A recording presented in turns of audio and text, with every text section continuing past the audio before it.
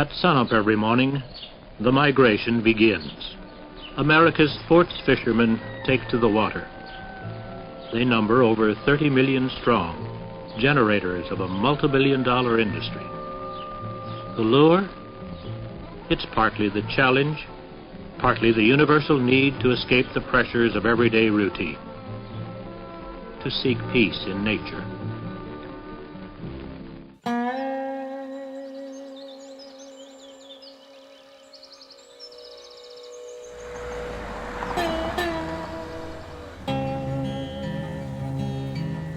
Where did it all go?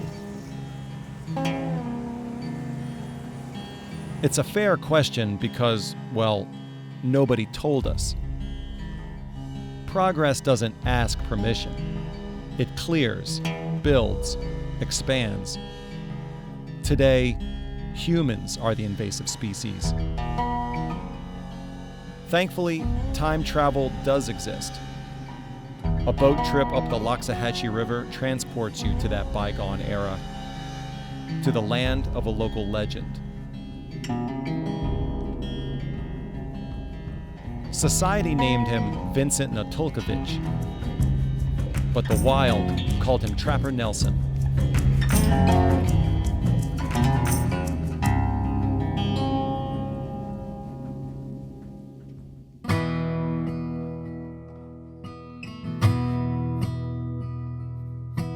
A half-century ago, Trapper Nelson lived here, 9 miles up the Loxahatchee in Hobe Sound, Florida.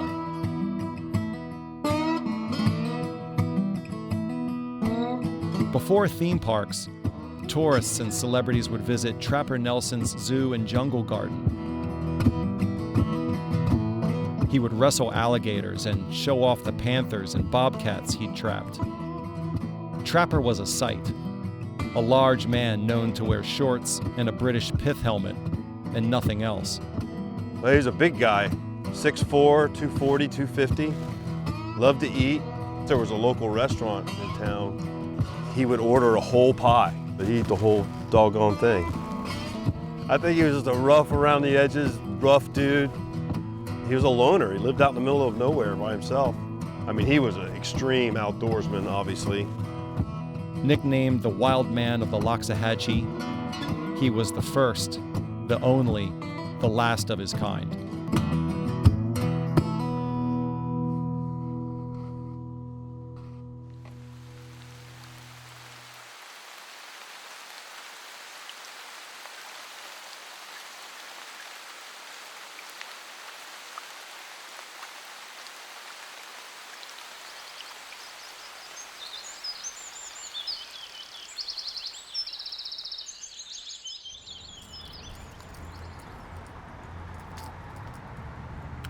So we're gonna use this little guy here to go see if we can catch some tarpon. So let's go fishing.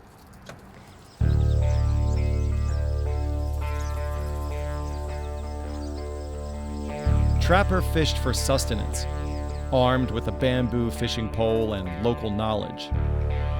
A half-century later, Captain Greg Snyder fishes the same waters, and it's still brimming with life. This general area here is just a plethora of fish just busted right there. But there's so many different things to do here. We can go back in the backcountry, we can go up into the rivers, or we can go out on the ocean with fish on the beach.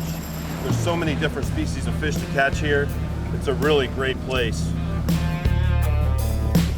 When I pulled in here, there's several tarpon rolling in here, so we're gonna give it a shot.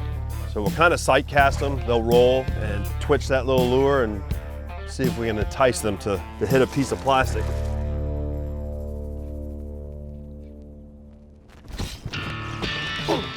Whoa, he nailed it.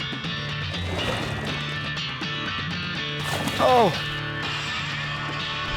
yellow tarpon.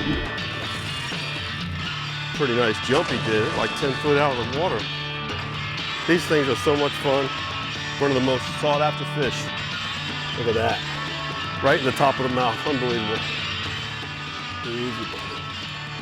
Look at that guy. Isn't that a pretty fish? Prehistoric. There she goes. Awesome.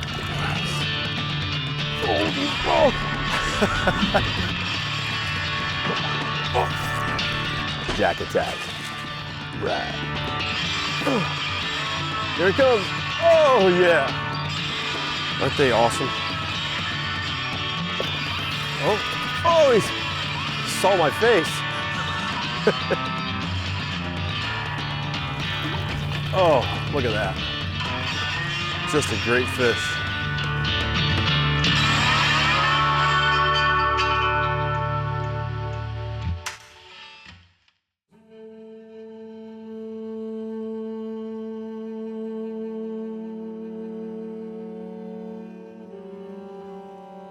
After more than 2 decades living in the wild, Trapper Nelson died in 1968.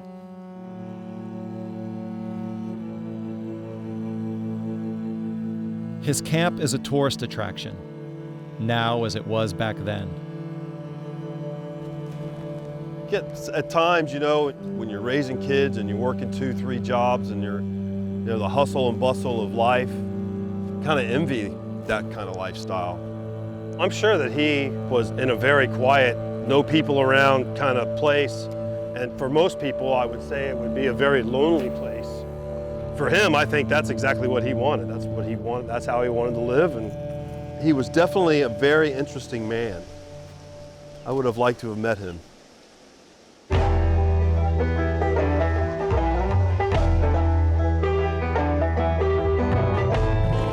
Fishing is a form of time travel too.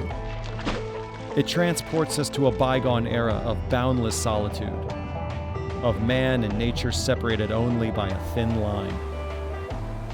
Take a trip up the Loxahatchee, and you won't find Trapper, but you'll find what brought him here.